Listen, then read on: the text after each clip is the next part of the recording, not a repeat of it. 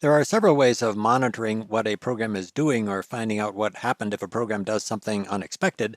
For example, this input shows a common and very simple approach, which is to include print functions in the program to show progress of a program through a calculation. A related function is echo, which works like print except that echo returns its argument and print returns null. Echo is useful in programs like this one where the thing being printed is also used in the calculation. So here is that same program using echo rather than print. Another related function is print temporary, which also works like print, except that print temporary prints to a temporary cell that is deleted at the end of the calculation.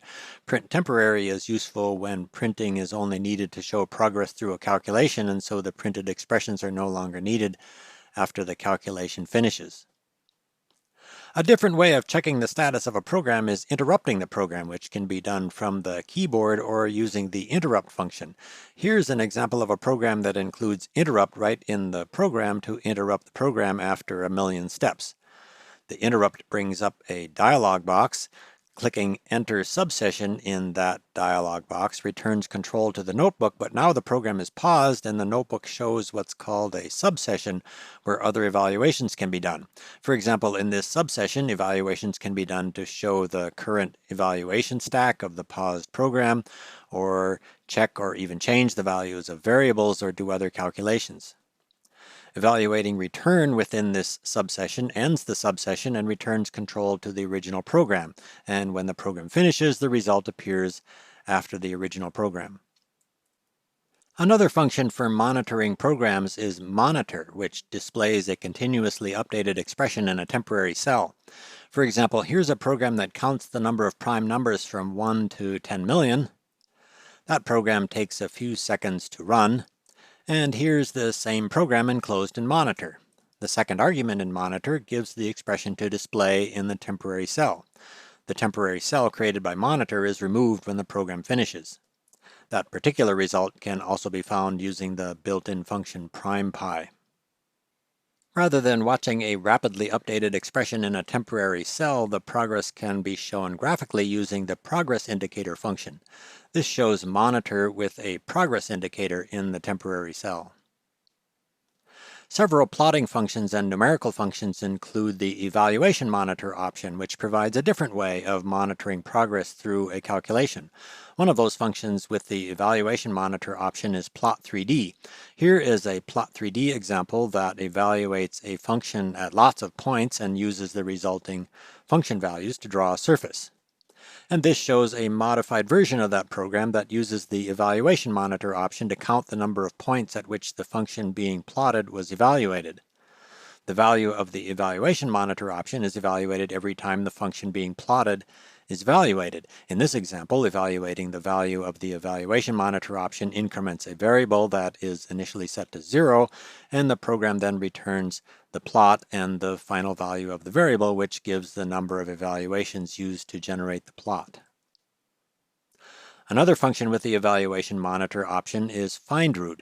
For example, this shows findRoot used to find a solution of a simple equation, and the evaluation monitor option is used to print out the value of the variable each time the equation is evaluated. Many numerical functions include a related option called stepMonitor. This shows the same input to findRoot using stepMonitor rather than evaluation monitor. The difference between stepMonitor and evaluation monitor involves details of how the underlying numerical methods work. StepMonitor is only evaluated when the numerical method being used actually takes a step to new values of the variables. Rather than monitoring a program while it is running, it is sometimes more useful to trace the program or to otherwise collect information to examine after the program finishes. Tracing can be done using the trace function. This shows the trace function giving a list of the expressions that came up during an evaluation. Especially in larger programs, the result from trace for every evaluation that was done by the program can be very large, and so to make the results easier to use, the trace function has several options and variations for specifying what to trace so that the result will include only the evaluations that are of interest. For example, this shows the second argument of trace used so that the result includes only the transformations associated with the definition of f. And this shows options and arguments to collect the evaluations that led to the number 9 in the result. The functions so and reap provide another way of collecting information about a program. For example, here again is that program for counting prime numbers, and here is a modification of that program where the program is enclosed in reap with so inserted into the program. The argument of so indicates the expression that should be collected.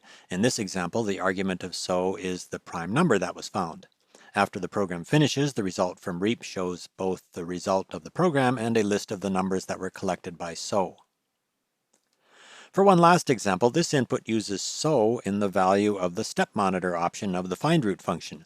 The argument of so here is the variable of the equation, so the value of that variable gets collected every time the underlying method takes a step.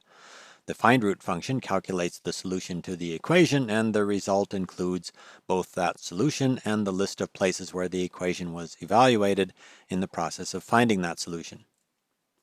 That's the end of the examples for this section. You can find more information on this subject in the Wolfram documentation by following links from this guide page on tuning and debugging.